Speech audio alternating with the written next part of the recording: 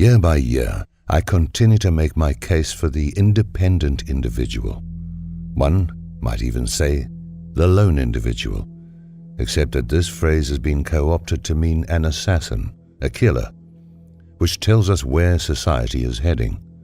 On every possible front, the PSYOP is about discrediting the individual and elevating the group and the collective.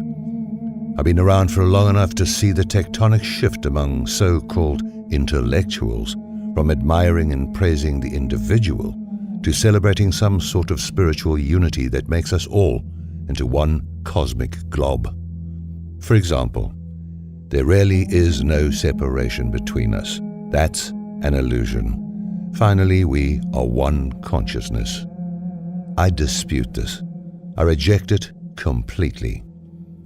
This, yes, insanity arises from a basic confusion and blind spot about the creative power of the individual, which has no boundaries.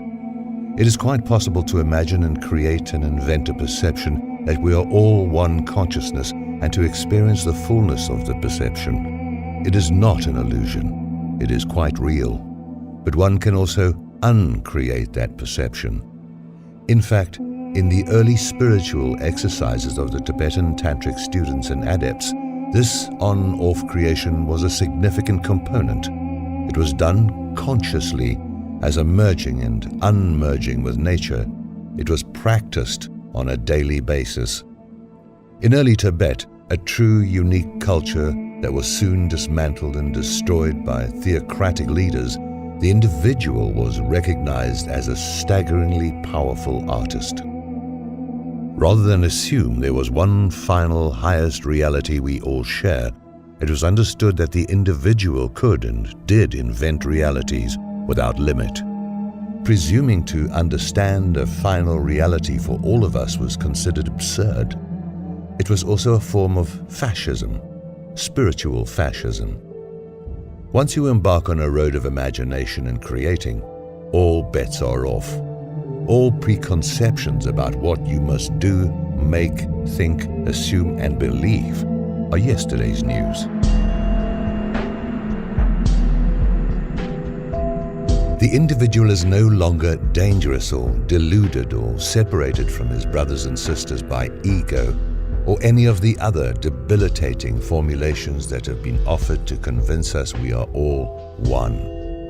Here and now, you or I can sit and invent the perception that, yes, we are all one consciousness, and then dispense with that perception.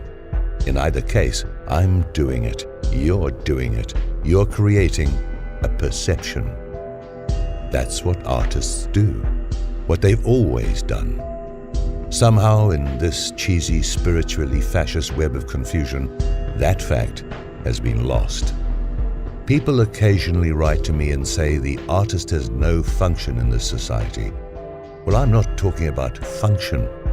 Function is for machines. Machines aren't free. This society is supposed to exist to allow the individual to flourish, but waiting for that to happen will put you on the track to nowhere.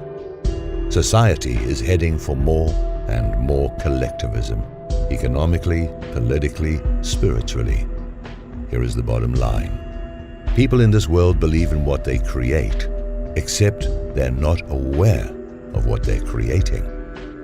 They think, instead, they're seeing what's already there. This missing link explains a great deal. People are playing a shell game with themselves. They're placing the pea inside a particular shell, and then they're turning over the shell and finding the pea. Then they exclaim, "Look what I found!" No, they didn't find it. They put it there to begin with. They created a reality and then denied they created it.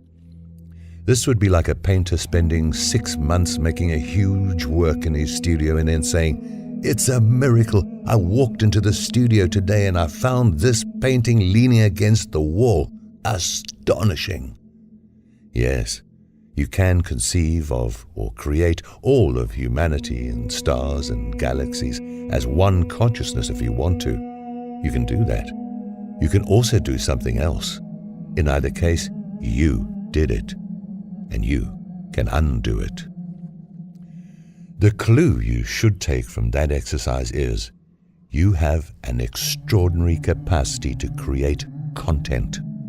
Dictators and fascists tell you what content you should create, and on top of that, they say you didn't create the content at all.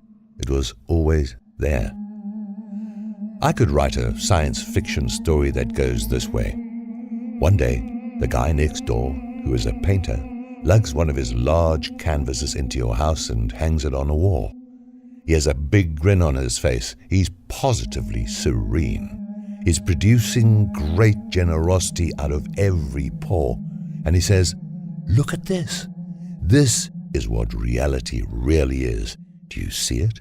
It shows that we're all one great consciousness.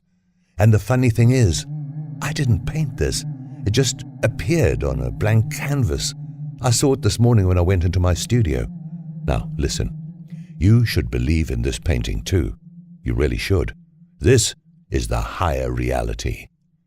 Yes, I could write this science fiction story, except it's already happening every day.